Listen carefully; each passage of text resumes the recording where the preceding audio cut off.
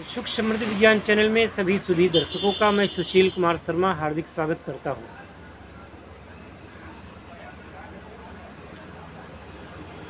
आप लोग समझते हैं चमत्कार शब्द सुना होगा ना। ये चमत्कार क्या होता है?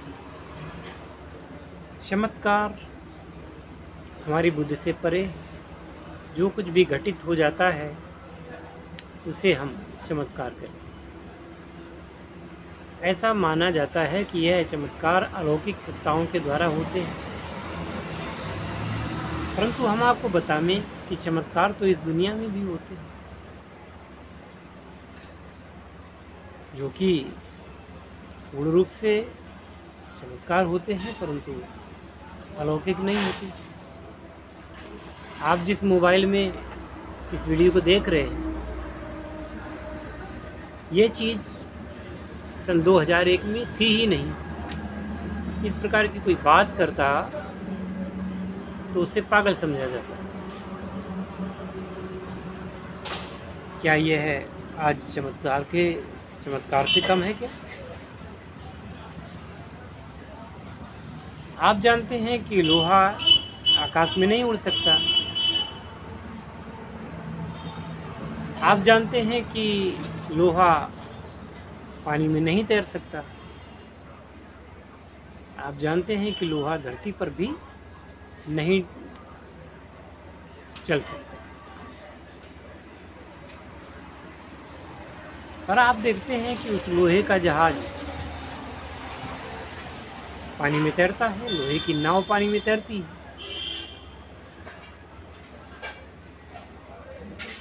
लोहे का जहाज वायुमंडल में उड़ता है।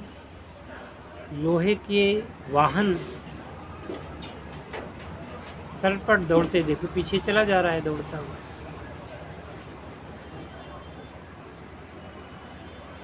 हमने तो ये सुना था कि जो जीवित होते हैं वही चल सकते हैं, जो जीवित होते हैं वही उड़ सकते हैं या तैर सकते हैं। परंतु आज की दुनिया में जो निर्जीव हैं या अजीवित हैं वो भी चलते फिरते हैं। परंतु विज्ञान के द्वारा हम आप देखते हैं कि आज ये सब कुछ संभव हो रहा है। हम उसको चमत्कार मानने से इनकार करते हैं। हम कहते हैं ये तो विज्ञान की वजह से है।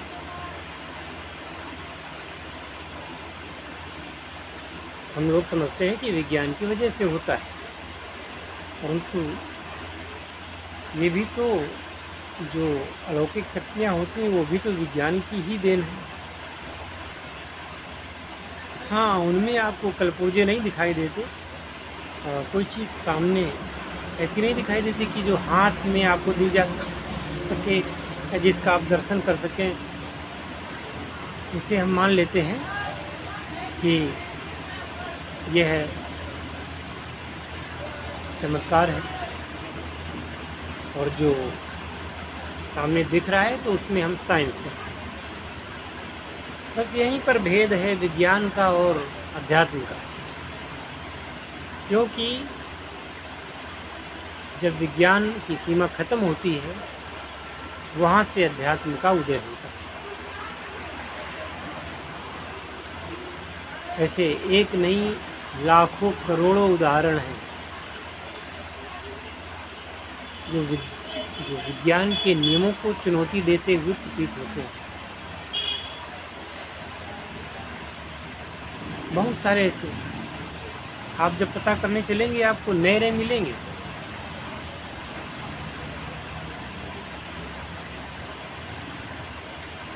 अब चमत्कार होता क्या है? जहाँ भी हम मेहनत करते हैं, जहाँ मनुष्य का दिमाग लगता है, जहाँ मनुष्य की मेहनत लगती है, वहीं पर चमत्कार हो जाता है। एक खाली ज़मीन पड़ी हुई है, मनुष्य ने मेहनत करके, धन लगा करके, अपने दिमाग का उपयोग करके वहाँ पर 7 खंड की बिल्डिंग खड़ी कर दी।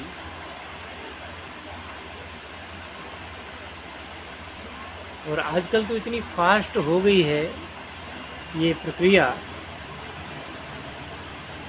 कि मशीनें आएंगी और आपके मकान को इंस्टॉल कर देंगी। अब लेबर की, मिस्त्री की, इन सब की ज़रूरत नहीं रही। आप कंक्रीट का मकान बनवाना चाहते हैं कि स्टेनलेस स्टील का बनवाना चाहते हैं,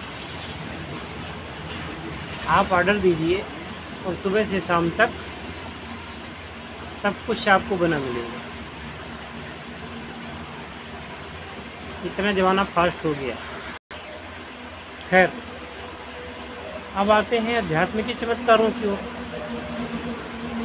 तो अध्यात्म में जब हम साधना करते हैं, मान लीजिए हम योग की साधना कर रहे हैं, तो क्रमशः मेहनत करते करते वो परिस्थितियाँ बनती हैं, क्योंकि ये जो शरीर मानव का है, इस मानव के शरीर में अत्यंत चमत्कार भरे हुए हैं पहले से ही। मानव की देह में ऐसे अनगिनत गुण भरे हुए हैं जिनको हम नहीं जानते। साधना के द्वारा उसको जगा सकते हैं, यानी कि दूरदर्शन, दूर श्रवण, दूरगमन, ये सब कुछ संभव है। सब कुछ पलक झपकते हो सकता है। और जब मनुष्य की बुद्धि वहाँ काम नहीं करती, कह देता है कि चमत्कार है। वास्तव में कहीं चमत्कार नाम की चीज़ होती नहीं।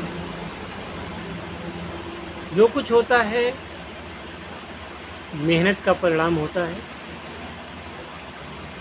और ईश्वर की कृपा होती है।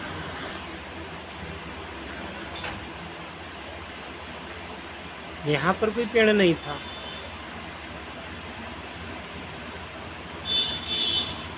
हमने गमला खरीदा, हमने पेड़ खरीदा, यहाँ आरोपित कर दिया, तो इस जगह पर हरियाली हो गई, ये पौधा आ गया।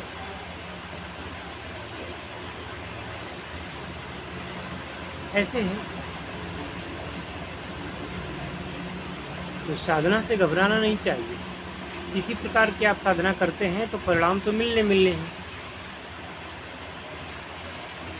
सफलता मिलनी, देर से ही सही, पर सफलता तो मिलती ही है।